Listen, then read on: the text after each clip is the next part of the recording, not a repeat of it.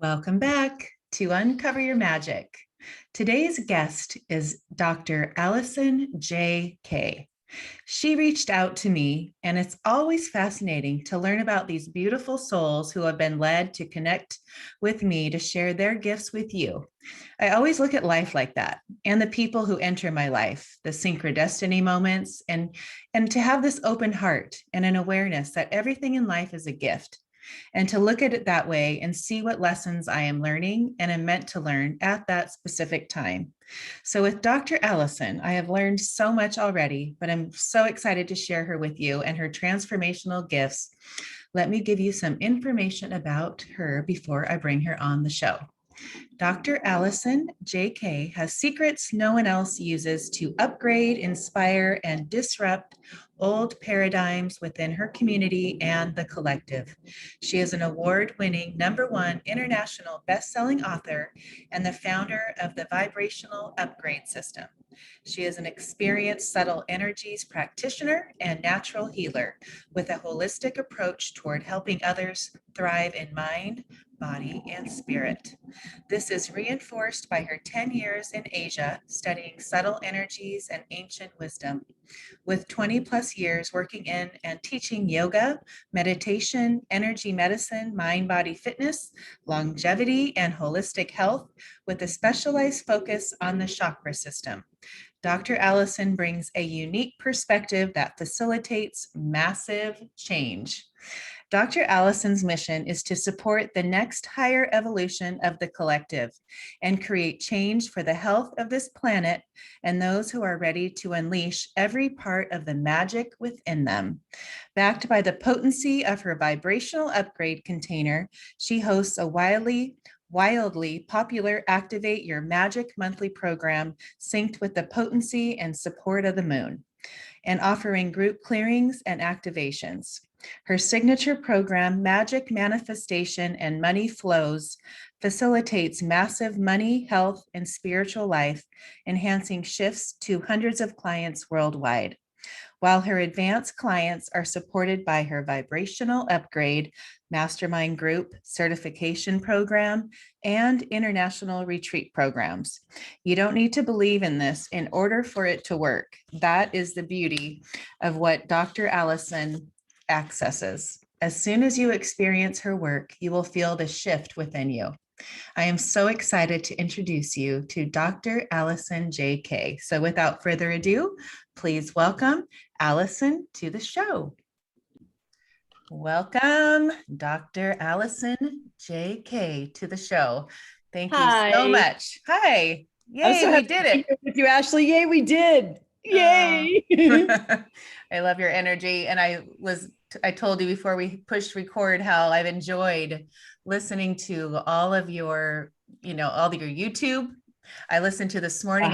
I did your meditation, the success, the vibrational upgrade success. I laid there and closed my eyes and listened to your voice. And I was like, it just took the empowerment that you have been put on this earth to empower people.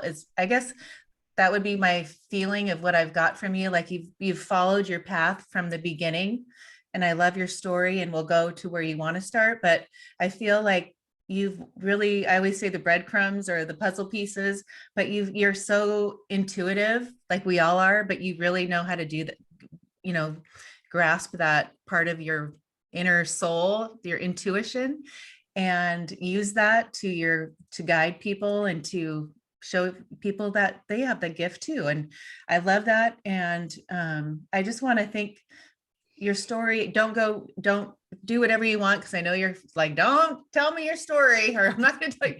So go to where we can start about talking about the magic, and when you really had those moments where you're like, oh, this is where I'm going to lead. I'm going to go move to Asia and all those things. Ashley, thank you for your beautiful words. It's I'm so nose to the grindstone with loving what I do, passionately doing it. And I have learned to learn about how, in some ways, unique I am from other people's reflections. So that was valuable for me. Thank you. I love that. See, isn't Yeah. that interesting to hear yeah, to see what I see in you? I love to hear that when people say that. I'm like, you do? Yeah. And Huh. it feels relatively clean. Like other people are just pure projection, but yours feels clean. So that's in great part why I'm saying thank you, and that was Oh, valuable. pure, clean in that way, you mean? Yeah. As opposed to I'm seeing with my eyes, with my stories that are not purified yet, that with the consciousness that I've not yet worked on or cleared old beliefs.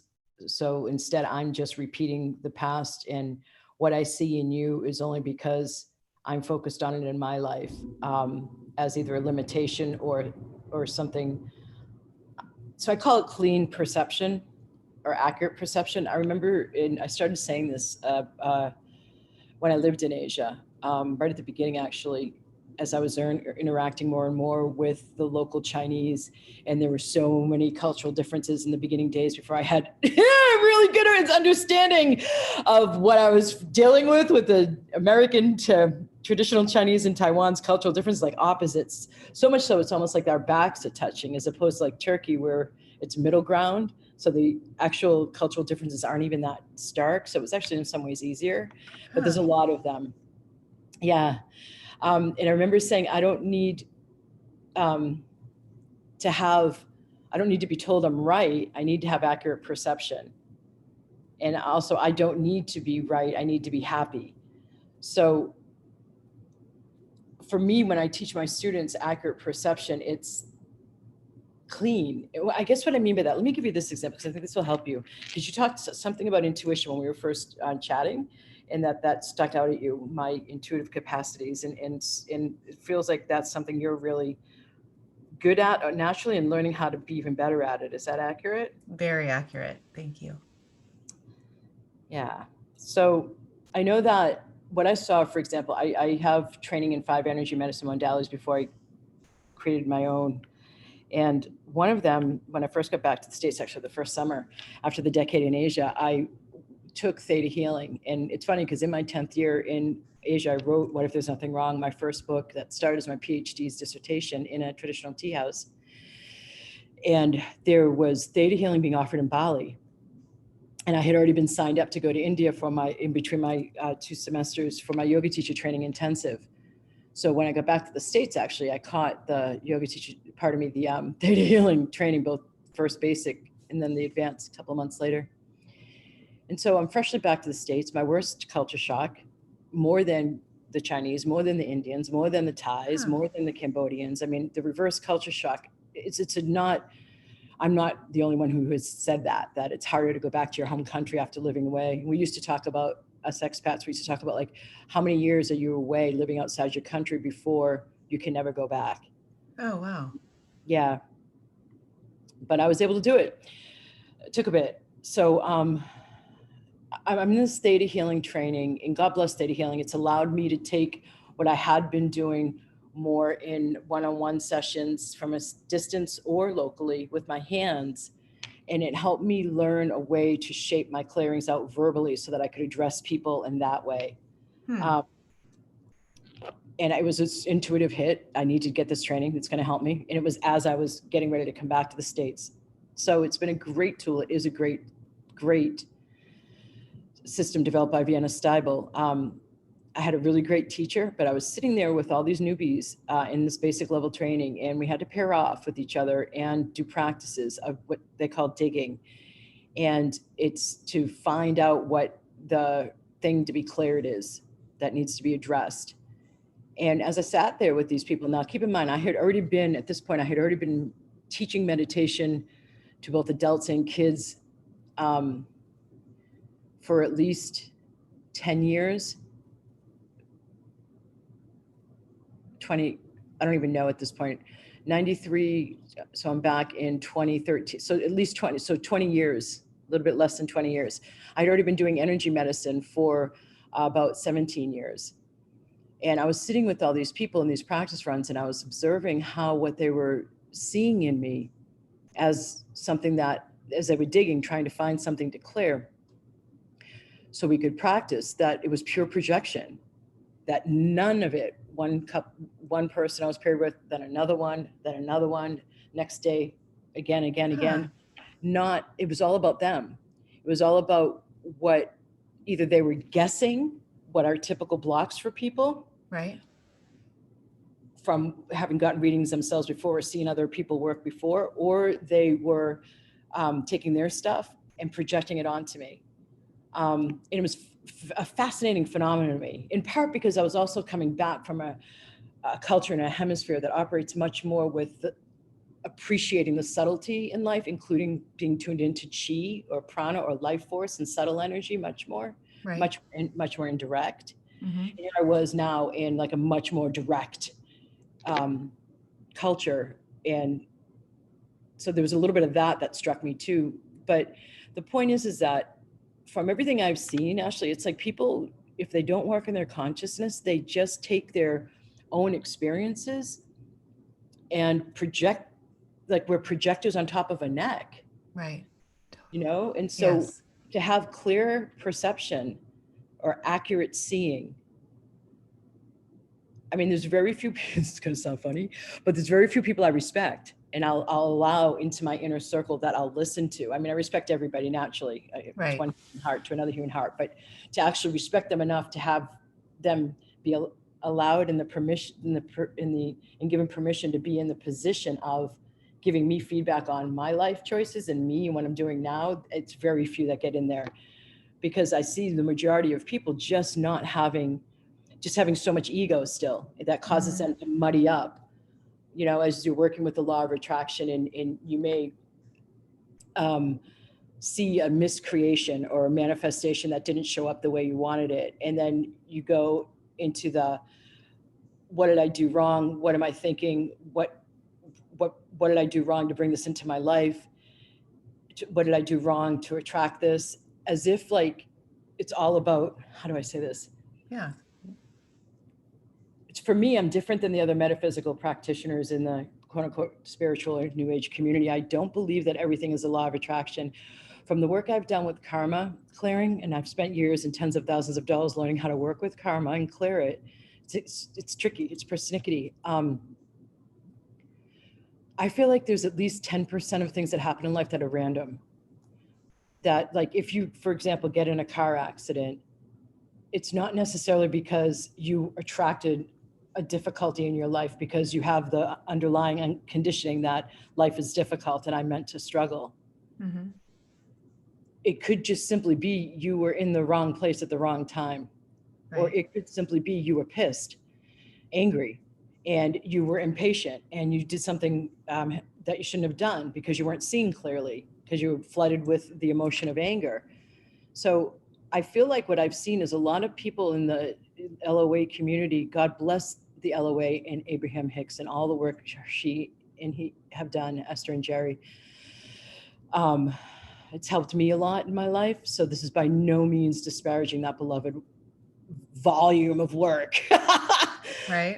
I feel like I've seen people, when engaging with it, make themselves bad and wrong by being overly heady Uh-huh. and applying the tools without discretion. Right. I see that. Yeah. Like that's their law, right? Like, and there's no give or take. Is that what you Yes. mean? Yeah. Yes. It's just, this is their highway.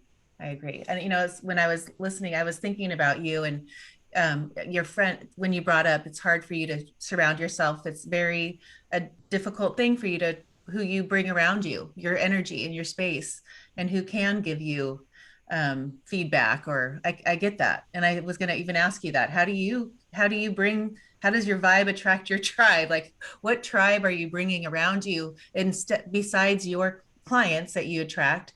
Are you just kind of this like beam of light that just is attracting the these beautiful people that need to have your guidance? Is that you? Is that who you are? So that's a really great question, Ashley. And I hear it from you, for you too, in your life with what you're up to with our minimal Oh, chat funny. See, isn't before. that weird? You're right. Um, Huh. Fascinating. well, that's part of the intuition, but it's also helpful for me. I mean, I used to be a classroom teacher, and the idea is to help the person be all they can be. And when I was stepped into marketing, I had to be wrestled with to come out of hard teaching so I could go into the soft teaching and the mild teasing that marketing is supposed to be. I just would want to make sure that people got the concept, and, you know, it was too much for my marketing. But as a Okay. teacher, like, that's my intuition works with to help the person be the best they can be. So it's just, I'm naturally geared that way. So I just saw that with you to help you, you're in front of me. So I noticed, like, not long after 5 years or so of doing this work. So when I was doing this part-time alongside the classroom teaching, that eventually I came out of the local school system and went into the international school system so I could have more money and more adventure. And I got job offers around the world, and I chose Asia because it was the seat of what I understand to be not only knowing about energy, subtle energy, how it flows, why it gets blocked, but still operating from it today, whereas it went underground here in the West with alchemy and then the mystery schools. So I chose to go live with the traditional Chinese culture in Taiwan for that decade. And so when I was in the classroom teaching, whether here or there, I still was running the energy medicine sessions and holistic health and wellness alongside. And at that time, when it was that low of a volume, so it was with expats from around the world who were living there. It was also with local Chinese. So there's usually only 2 clients at a time after school, after gym.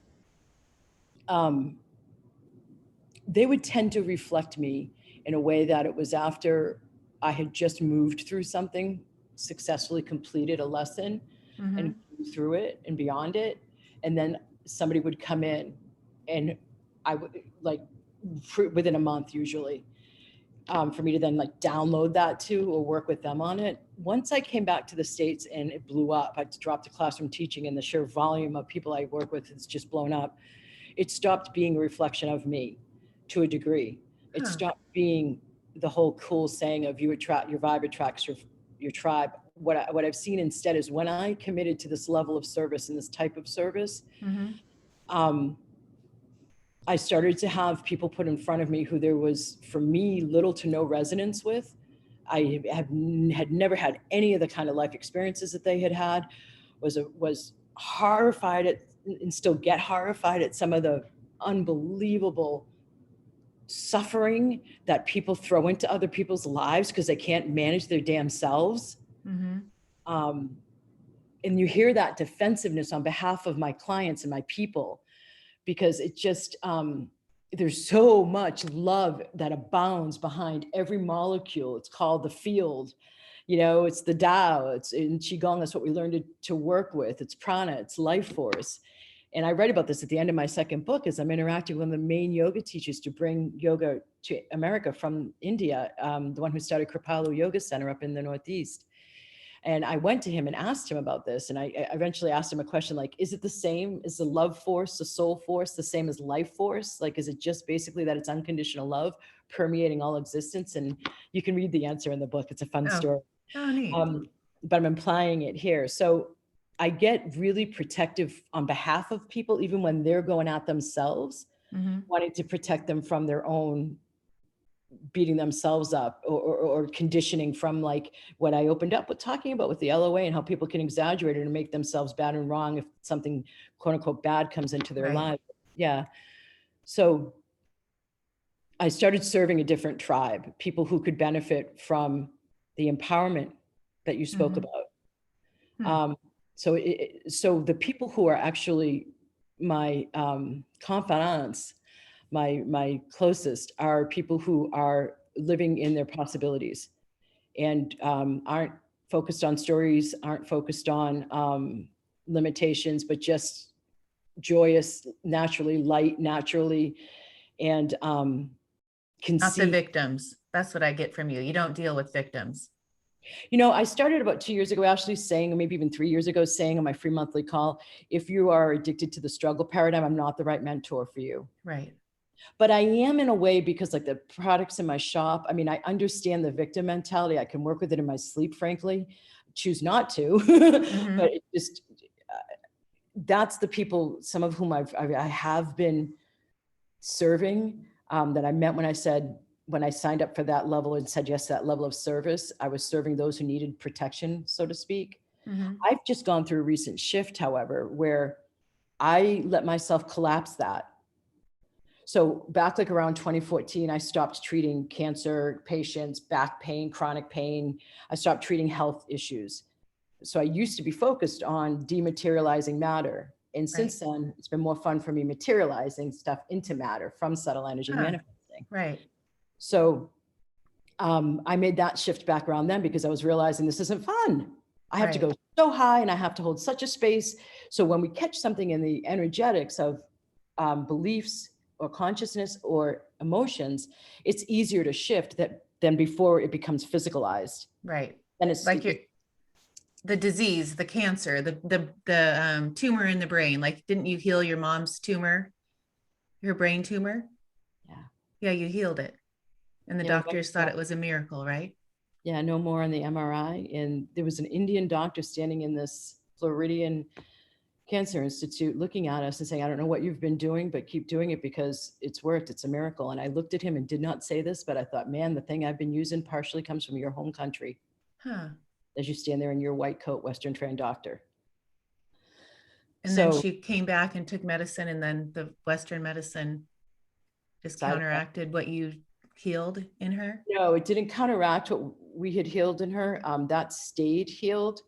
Um, but there had been from the chemo and radiation that had been alongside it. So while she was doing that, the chemo was messy. And so when somebody's in chemo, I needed to just boost their system from all of the devastating side effects. Once they were done with chemo, I could then start working on the healing of the thing. Radiation doesn't zap a person's system in that whole overall way.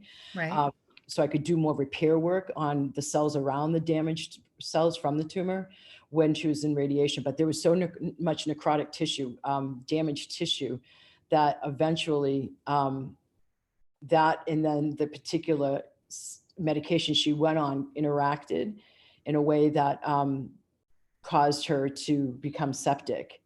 So it was the side effects of the medication. Now the doctors won't say that. My dad doesn't even necessarily see that. But I left after I had worked with my mom successfully. I went back to Taiwan for another 5 years, and I left her in the hands of my own Reiki master, and then a couple of other natural healers, a Qigong practitioner, and then somebody over in Palo Alto, California, from a distance, working with her in another natural healing system.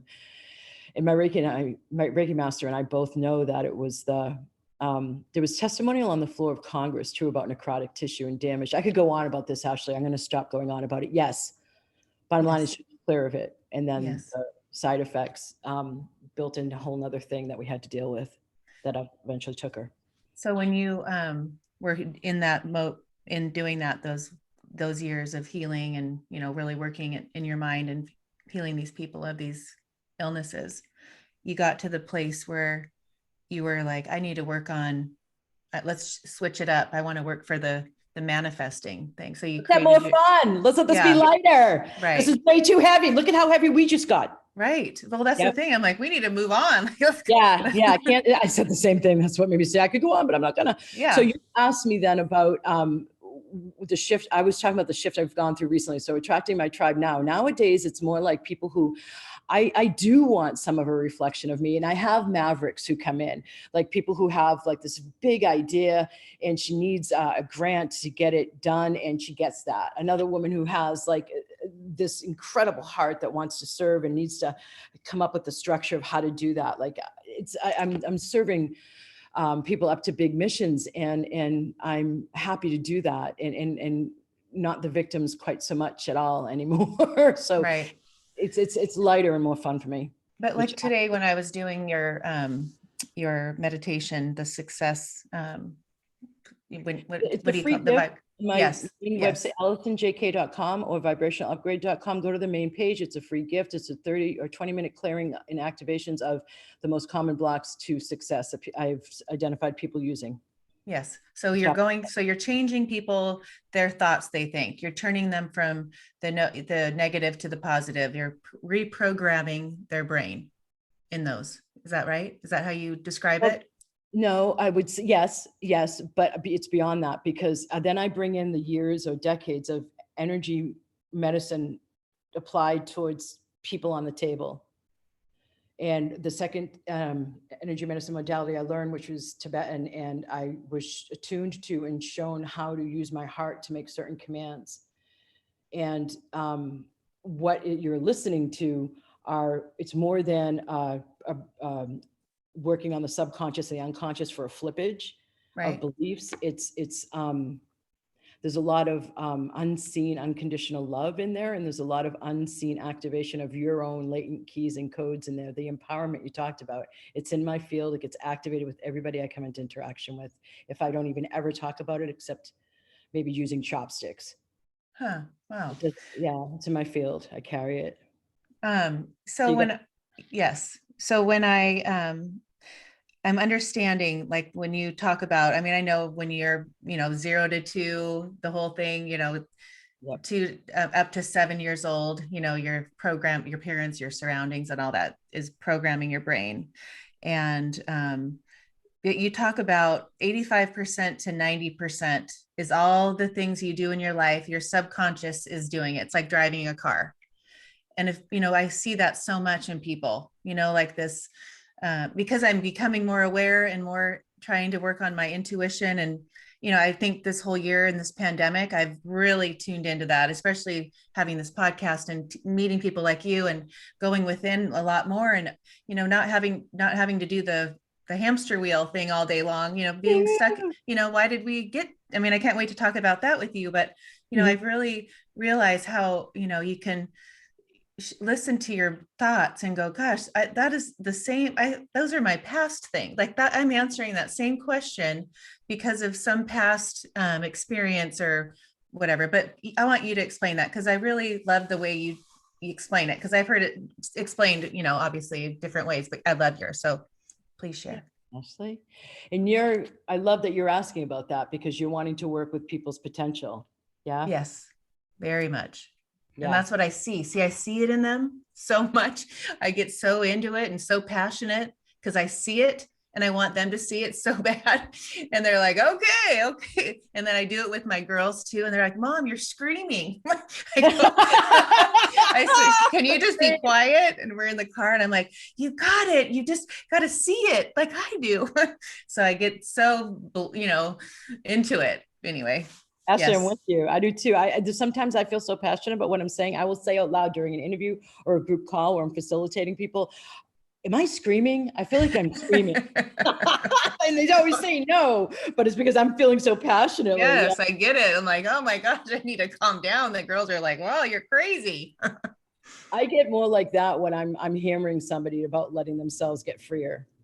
And yes. how much potential there is. So how much potential there is this is one of my main underlying motivations and behind my mission coming back to the States and realizing that, man, there is so much extra unnecessary suffering that goes on over here.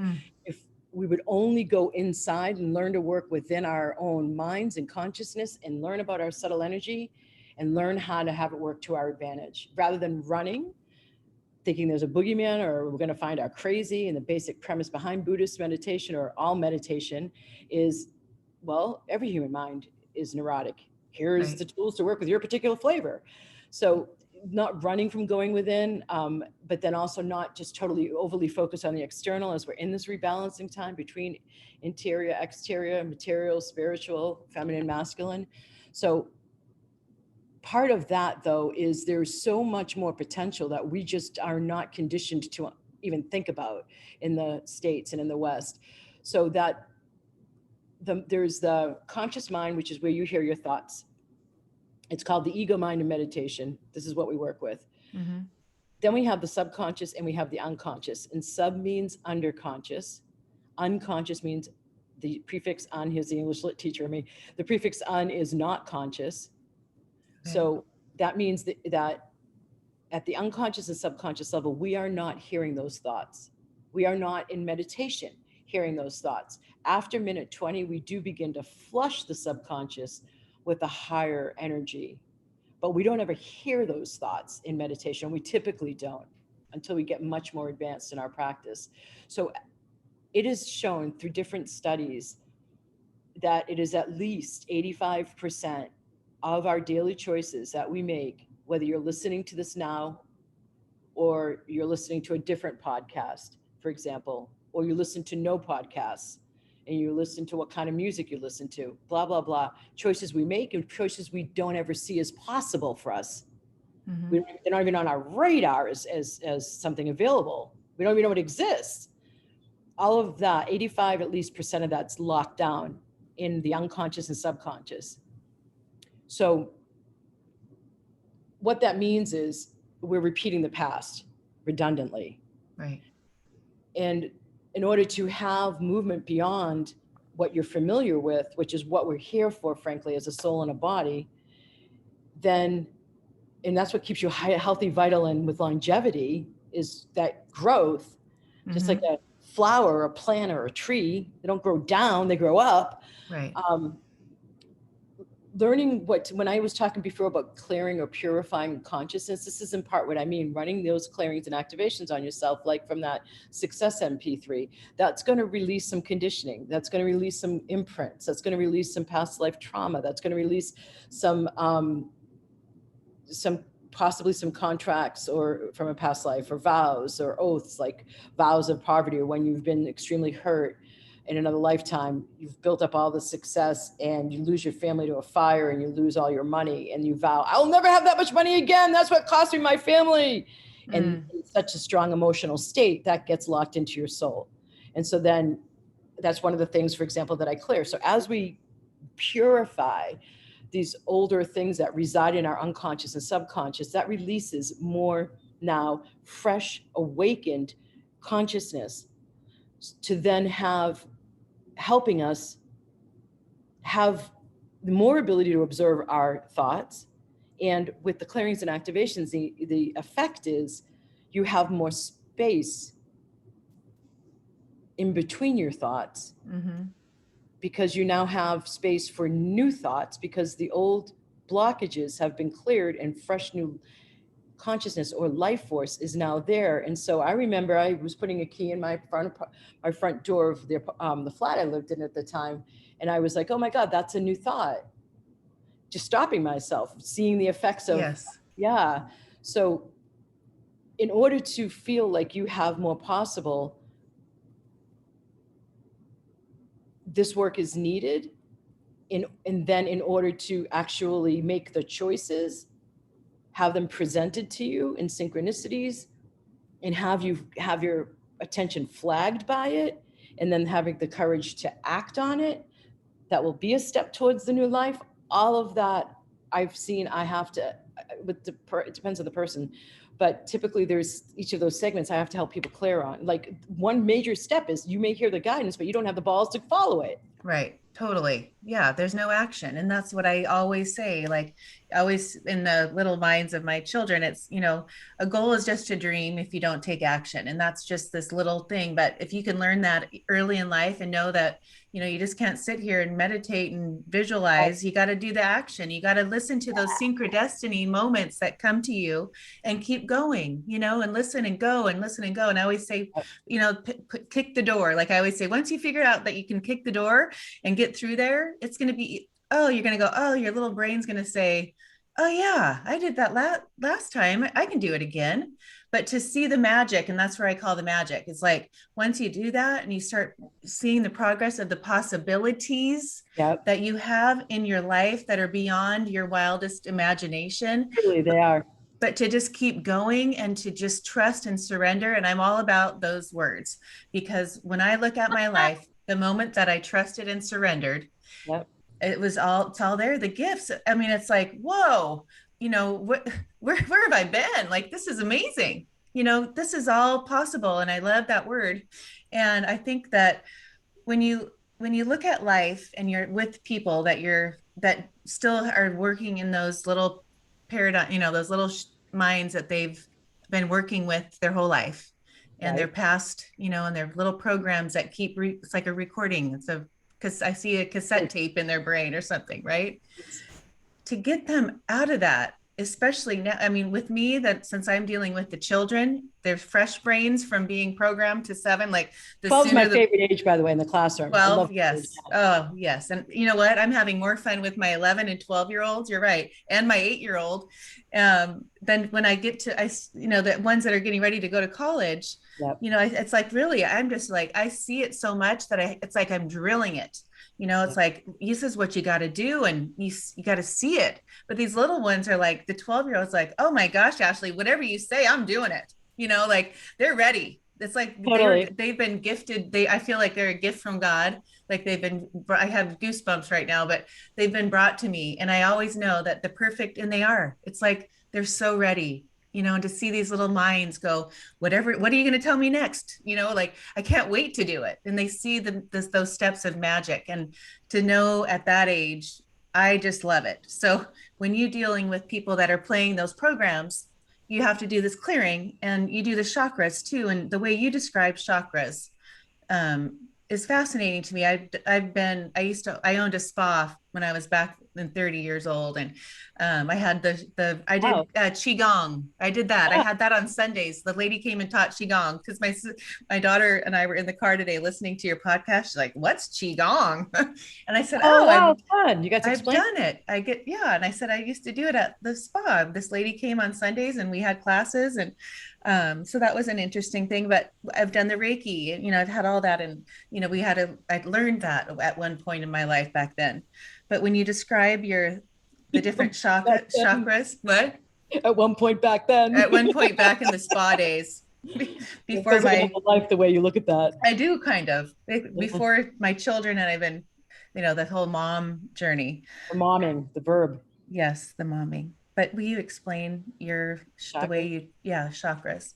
I'd be My happy. husband, okay. Your husband, what? Well, he was saying, have you ever, what are chakras? And I said, oh, well, that was the other day. It's so funny. He's like, he kind of opened up his little mind over Wow. the pandemic, and opens like he's now, I'm not the kind of person that's going to say, you got to read this book and this, it'll come when it's, right. He'll be, the teacher is ready or whatever. The student is ready when the All teacher, choice. It's all yeah, choice. all choice, and it's all good, and they're on their own journey. And I say that to all the kids, like they're all on their journey. There's no judgment. They're there. That's, look at that. It's amazing. Look where you are. That's amazing. We're all in our own journey, but it would be so fun to learn that it can be easy, and how the possibilities. So let's go to the chakras. Okay. I just want to add in, I was on an interview with a male a couple months back, and he asked me about the chakras from a little bit of a different perspective. And I commented like how, kind of like what you just did about, wow, that's great. You're talking about the chakras. Cause I remember being on an interview like back in 2011, and the interviewer asking me, isn't this all just woo woo? And I said, I just came from over half the rest of the world that this stuff is primary and the physical is secondary. They understand that energy is more important than matter, and is in fact what creates what shows up in matter. At this point, I think it's ignorant to consider any of this woo. Oh, And totally. yeah, so I didn't obviously say that to the guy a couple of months back, but I did comment with what you said. I feel like, wow, or he actually said, COVID, I think people are just more awake and wanting to know about this stuff. So I just wish, I don't normally talk like that because I don't normally live in regret. It just, it is what it is, except Mm-hmm. as people choose, they choose. But I know I cried, and I don't emote a lot. I'm pretty neutral. I mean, I'm not emotionalist. Obviously, I'm very passionate, but I don't easily cry. But I did in public, my first live to address the COVID when it hit the States, because I was just so, I had been talking about it since 2011. These are the humanity's awakening times from 2012 to 2032, and that the old paradigm is crumbling. All, if you're having a bunch of things like shite hitting the fan, if there's a divorce pending and there's a job loss and there's an illness diagnosis, that's because you're being forced to live in a new way. Hopefully you don't require that many different crises, and my preference is to work with people who don't even need crises to Mm-hmm. choose more for themselves. But I came to understand that COVID was because not enough people had been choosing proactively this growth, this internal growth. And I was not, and I have not really, other than that, philosophized about COVID, because it's just what I've been talking about since 2011 about these grand times that are the greatest evolutionary shift here for humans. So apparently people are now considering working proactively without needing crisis with their interior world and more ready to hear about chakras. Cool. Yeah. I'll take that. Right. But you know, I was just having this conversation today with my friend, and we were she's, you know, doing all these breath work sessions, and all of a sudden the next time I see her, she bought a course and she's doing something else. She's going to this EMDR woman that's learning teaching that. She's doing I go, gosh, you know, a year ago we would not have been talking about this, you know, and it's just so fascinating to see. I love your perception, and I know we need to talk about the chakras, but I don't want to let it go before we talk about why you saw this whole 2012 to 2032. You know, this the Important. yes, that's very important, and I love your take on it. So let's talk about the chakras before we end, and also this whole COVID thing, or this transition period of our life. What stands out to you the most about what you've heard me say about this 20-year window? What has come to me about that 20-year window that I've learned from you. Yeah. Yes. That it's like the age of, we're going from, we needed to break it up. No one was, they were on their hamster wheel, right? No one was getting it. So something has to collapse, and it has to be the whole entire world, because it's not going to make an impact, but no one's going to get it unless the whole entire collective, right, has to stop. Apparently. Right. Yeah. And it used to be what? I remember, thank you, because that can help me help you better and serve you better to see what stuck out to you. I remember being in Chichen Itza at the Mayan ruins. I'm starting to rub my head because it's just so much to talk about. And what seems to be clearing between what we're talking about right now is that sense that humanity, the listeners, I can perceive it in the audience, the listeners are riveted from what we just talked about, in that perhaps we didn't even need COVID if we were more proactive. Mm-hmm. And I know that my last round of retreats that I had to take virtually, again, instead of taking my masterminders over to Glastonbury, UK, and taking them out to sacred sites and attuning and training them. On that last round, we had, or even 2 rounds ago at this point, a woman who came on, lives really close to the Avebury Stone Circle, and was furthering their understanding of dowsing, which I had already given to them in person.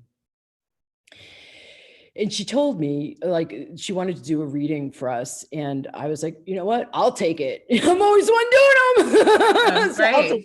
Right. my students Exactly. were happy. Yeah, they were happy to see that for me and be a part of it, witnessing it. And so she said, you know, a prediction you made is going to come true. And just the sense that I don't like to be a nag. I don't nag. Mm-hmm. It's always choice. And yet my incredulity, and it's a part of my tears after getting over those tears about the suffering of humanity, at, oh my God, this is really what both myself and my lead enrollment coach, who takes incoming calls about people and seeing if we're going to invite them in to work with me or not, and if it's a fit, and seeing what they need, doing an energy scan, et cetera. She and I have been talking about how a part of this is helping people get over their hesitation to taking action on their own behalf, and really realizing how resistant people are until they have a problem, until they have the pain points that can get pushed, that they take action because of.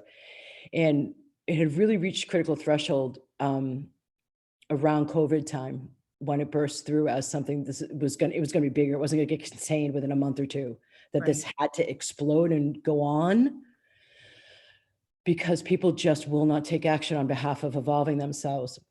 That feels like the audience is still riveted on, that they require crisis, that they require a diagnosis in order to go see a natural healer or find out about their soul levels, existence and desires, and tune into their heart. They need some kind of crisis of, I need to get out of this job, or I've lost my job. Now what do I do? Like, without that, they just don't choose it proactively.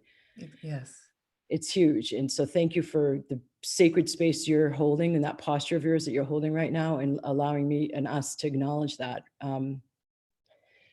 because it sounds like the two of us have both been at it for a while, holding the space and talking about this stuff and sponsoring it on behalf of other people's learning and Right. growth. And we're not alone. So I'm grateful for not having to pound out anymore, like as much the teaching about the chakras and the necessity to pay attention to the subtle energy system and consciousness. I'm grateful to your husband for asking you about the chakra system. Yeah. So they're an intersection of the mind, body, and spirit. Chakra means wheel from Sanskrit to English, and we have 7 main ones: top of our head, between our eyebrows. I know most of you know this already. Sorry if I'm repeating. Throat, heart, upper belly, lower belly, tailbone. And that was the crown down to the root, how I just listed them. And they're an intersection of mind, body, and spirit. Excuse me, just had my protein drink. So if you, and I'm talking a lot here. So if you think of a city center, like an urban center, and there's a bunch of highways and interstates that have exits for that urban center, and then there's side roads and alternative routes that you can take, or even country roads, all of these different roads and pathways leading into the urban center. That's what a chakra is like, with then the accompanying nadis, as we call it in yoga, or meridians, as we call it in TCM, traditional Chinese medicine, which is the basis for qigong. So energy flows from these main centers, these urban centers that are the chakras, that are meant to be open wheels turning this vital life force energy, or chi, or prana, or ki, as in Reiki, out throughout that area of the body where that chakra resides. Correspondingly, every chakra is responsible for one of the major endocrine glands. So the entire endocrine or hormonal system is covered. Additionally, Candace Pert was doing studies for a pharmaceutical company and researching antidepressants. And she found, because she knew of the chakra system, when she was investigating neuroreceptor sites, it became revealed to her that the biggest gatherings of nerve ganglia that are the receptors from the messaging of the brain, are gathered along the spine at where each of the major chakras are.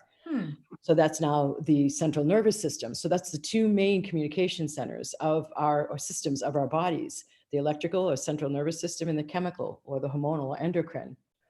So for example, the throat chakra is connected to the thyroid. A lot of in every chakra covers a certain domain in life. It's like each one has a right to. So your rooted chakra is, I have the right to be here. So sometimes what I've seen as a blockage is if somebody grows up where they were in the womb and one of their parents or both were really anxious about being able to bring and afford this child. Maybe there was abandonment by one of the parents after birth. Maybe there was not a lot of presence and nurturing for the child, so they didn't feel like they had the right to be here. That became the conclusion, the unconscious conclusion associated with the root chakra. The root chakra is responsible for the part of the body that's at the tailbone, but it also includes down to the feet. Most of the other chakras, all of the other chakras, don't have that big of a physical domain. The second chakra at the lower belly is the sacrum in the back, and it's over to the hips, the pelvic area. That's the sacral chakra, for example.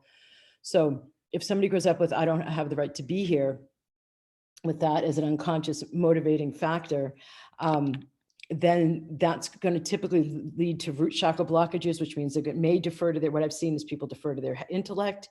They become extremely heady, or they're maybe bad with money, or they may be in a pattern where, if they're sensitive, what they may have done was have the secondary belief wired in unconsciously of, if I don't have the right to be here, then therefore I need to earn that right. And so they may have become an extra positive person, going around and absorbing all negativity in any environment when they walk in. And we all automatically, energy is our first language, doesn't matter. We all automatically go in and do an energy check or read on the room. This person with this pattern may think, I need to make up for not having the right to be here by absorbing the negative energy in this room with my solar plexus chakra, because that's where that empathic equipment is located. So as I unwind and clear these blocks, that area of the body, that area of the mind or consciousness at all levels, the sub and conscious mind.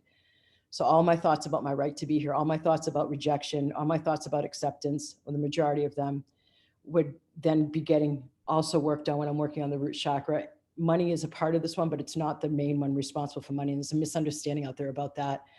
And then the spirit. So I can access like the karmic contracts, or the karmic, or the karma itself, or past life traumas, where there were maybe, one thing that I see a lot is that if people were hung in another lifetime for speaking truth to power, then they come in with this conclusion of, man, every time I'm in a body down there, I go through trauma, and they don't ever fully root or ground.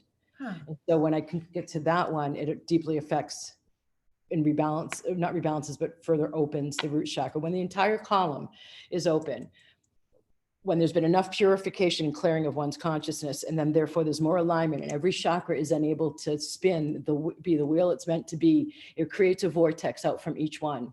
From that vortex, it creates our overall field.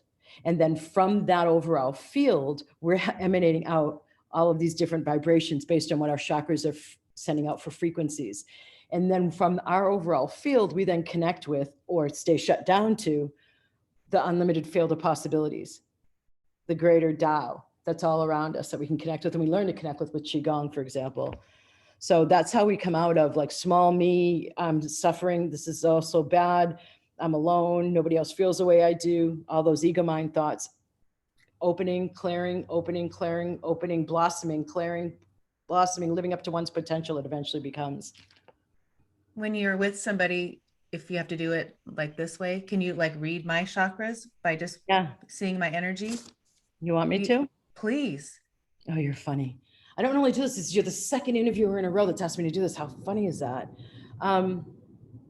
Let me zone in on one thing. Let me see what would help you the most, okay? Mm-hmm. Okay.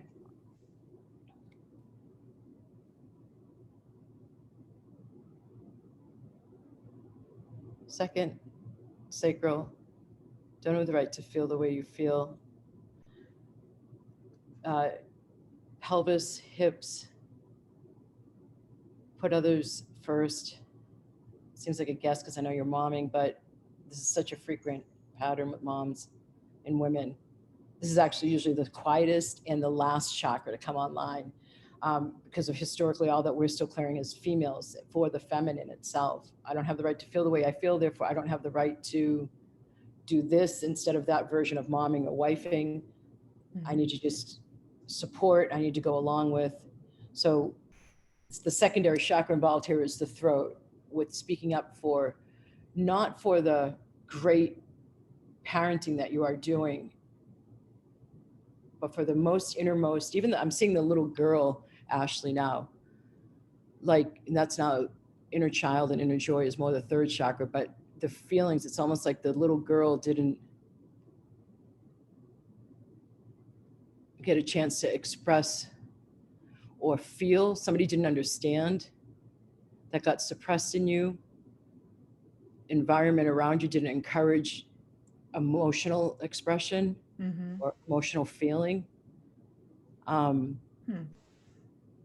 So second priority, fifth, and third are all totally able to benefit from some more clearing.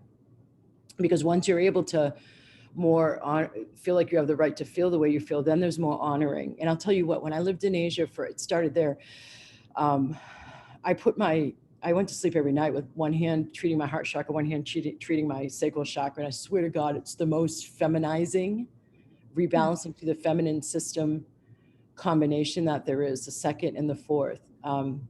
You're right to feel the way you feel. And then this is where we give from and where we receive from. Right. Yeah. So self-care and self-nurturance happens from the heart chakra. I know that the rate of breast cancer in women in the States and in the West is what it is, in great part because of the overgiving, right? The imbalance with the receiving. Mm-hmm. And the masculine and the feminine are rebalancing now. But we hold a lot, like if I was just watching a show last night on the Edwardian family life, and it reminded me like the women, what they weren't able to do and how they were just supposed to be stoic and like prizes or trophy wives, and just the lack of self-expression allowed, mm-hmm. that when they got a bicycle, they got the amount of freedom they got was ridiculous, so it's just historically still in the collective psyche, and it's pouring out during these times right now. So even if you only related to like, I know I can feel it from you, like 80% of what I just said, there's still clearing that you can do for yourself that will help improve even further and give you more increasing possibilities, not to go at it just from a blocked perspective, but even when you make yourself more joyous and more vibrant and more living up to your potential, you open up that possibility for the collective via the holographic field. So like, even if you feel like you're a mom or a wife out there or a husband and you're raising kids and you don't have some big grand mission for your work, it doesn't matter. This is, I mean, by you getting yourself elevated, you are helping humanity because of how Yes, connected we all are. right. I love you think of what I always talk about vibration and, the love and being that, having that energy always, and having that, because that's when you're doing the best for the everybody, that's right. You included, though, doing the best for you included. Me too, for me too, and everyone. But to know that if people could understand, I mean, just even you saying that about my being able to express myself, I've had so many readings in my life, but I've never had that someone say that to me. And it really is so where I'm at in my life right now. It's just like you get the messages when the synchrodestiny messages that I just got. But I Good. look back and I know that you're a lot of healing your mom, all the stuff that I've learned from you, always the mom and then your grandparents and their, all the stuff that goes back, to know that, what birth order were you in? I was the oldest of three girls. How does that affect all those blocking, right? All your chakras and your energy, what And have you been, and having that open, yeah, getting that space open, yeah. right? Yeah, and it's not just about having blocks, like the lineage of your parents, where they may have had a potato famine, clearing that out of the collective that got passed down in the DNA. Like clearing that out of the collective consciousness and the collective memory, also in the DNA. Like if you've had something like the potato famine, it just feels like we're in such new times. It's a reboot, Right. and it just feels like we're clearing out all of the old paradigms to get ready to really start rock and roll on something new. Yeah, what do you see in that? What's the next, where are we going? This time right now in March, we actually are in April as we record this. Just the equinox we just passed in March, Ashley, I feel like it was I saw a lot of karmic completion. I had a lot of my masterminders just dropping from having done enough work so far, dropping just completely old behavioral patterns and really now learning how to live with there being nothing wrong and being able to create and co-create again and co-create more, Uh, build the momentum towards their life that they've been working with me to get to, like getting there.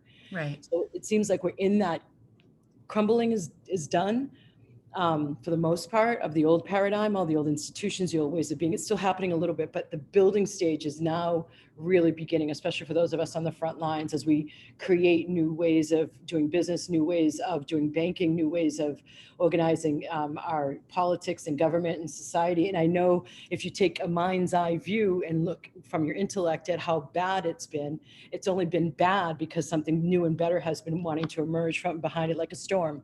right. Yeah, so true. And I love to look at it that way. And, it's only when you think it's only been a year, 360, it's not a year ago today, we were like, maybe next week we'll get out of the quarantine, maybe next week. And then it's like, we're quoting the Bible, 40 days and 40, like maybe it's 40 days.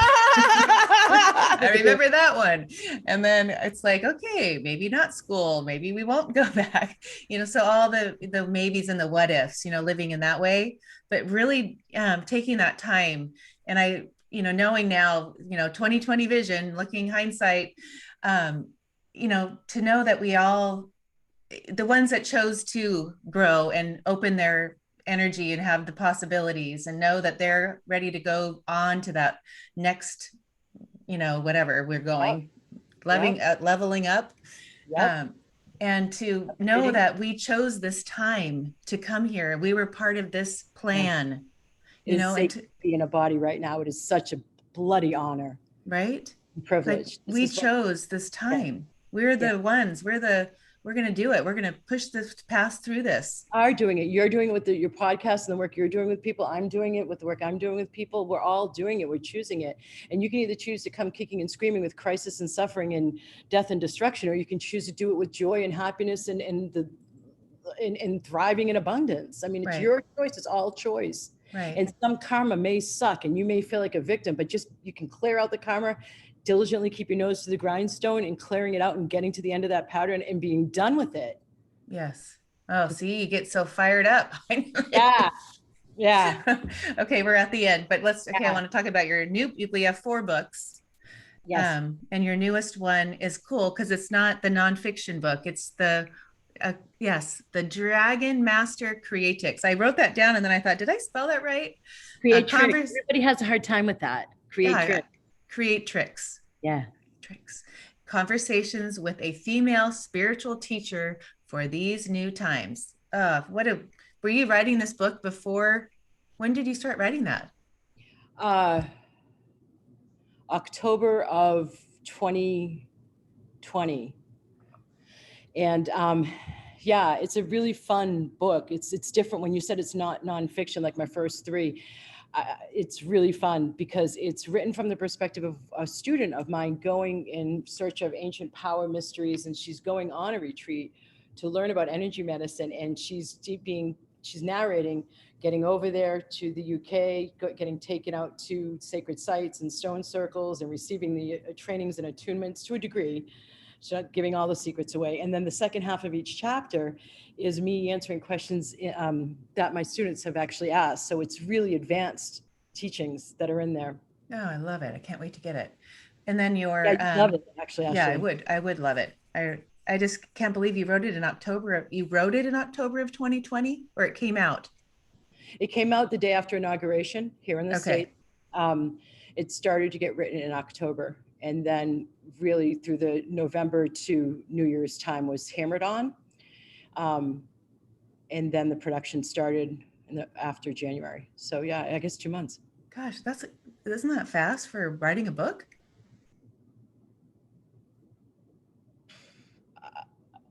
One of my nicknames is a beast of manifesting, and I do that on behalf of others and help others do that. So for me, it just the creation wants to happen through me. I allow Right. it. You just write. I create space for it. And it wasn't just writing too. It was also how does this want to be structured? What fits in best where? I mean, there was first the flow, and then there was allowing of the flow that was more structural and organizational for the benefit of the reader. So I feel like when we balance our left and right brain, it's like our intellect and our intuition really work in this compatible way that's so advanced so that my intellectual choices are still guided from my intuition, and my Hmm. intuition is super logical, so it's this elevated Wow. state, frankly. Yeah, I've heard, books being channeled, but when you describe it that way, it's a whole different. I mean, it's, to put it that way. I love that. You've really opened my eyes to things. But so when people want to work with you or want to have you do this clearing, they go to your website, they go to what? There's two. Vibrational up, it's okay, Yeah. vibrationalupgrade.com. It might be easier for you, or then my name, Allison, with one L, the middle initial J, and then KAY.com. And then you'll see a work with me tab. If you go to the programs one, my signature program is Magic Manifestation and Money Flow. You can get on what's called an Open the Drawbridge call, where we'll do an energy scan. We'll meaning mostly my team, not me, nowadays, and help you see what is blocking and what the potential is that wants to be released. And then if it's a fit, we'll look into possibly inviting you into working with me. And when you say you do an energy read, is like what you just did with me.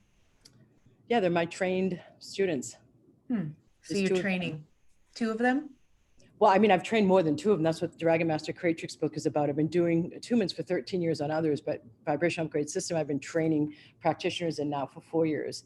Oh, neat. Um, so yeah, that's at the mastermind level. That's what we're doing on the retreats, and it's fabulous. It's like one-stop shopping. Frankly, people end up with almost like a business in a box. I don't mean to make it sound formulaic because I'm anything but that, but really, I mean, it's everything from marketing blurbs to how to bring down the light, how to have the light connect with you more, how to channel it into other people, how to present this at workshops with a clearing statement. It's mini me's basically, but you doing it Oh, your own way.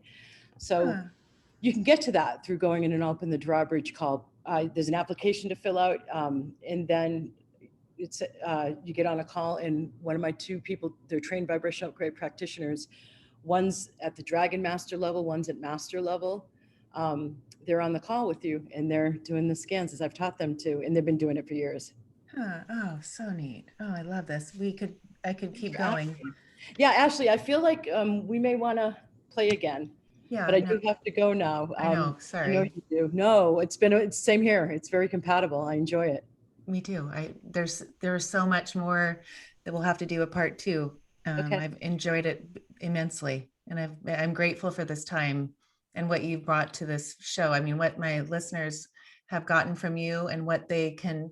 It's like you give these. They're just real, and tangible, and it's a matter of fact. You know, that's what Thanks. I love. It's like where we are in this life right now. It's like, come on, people, like you get this is what you got to do. This is Yeah, where we're at. Let's go.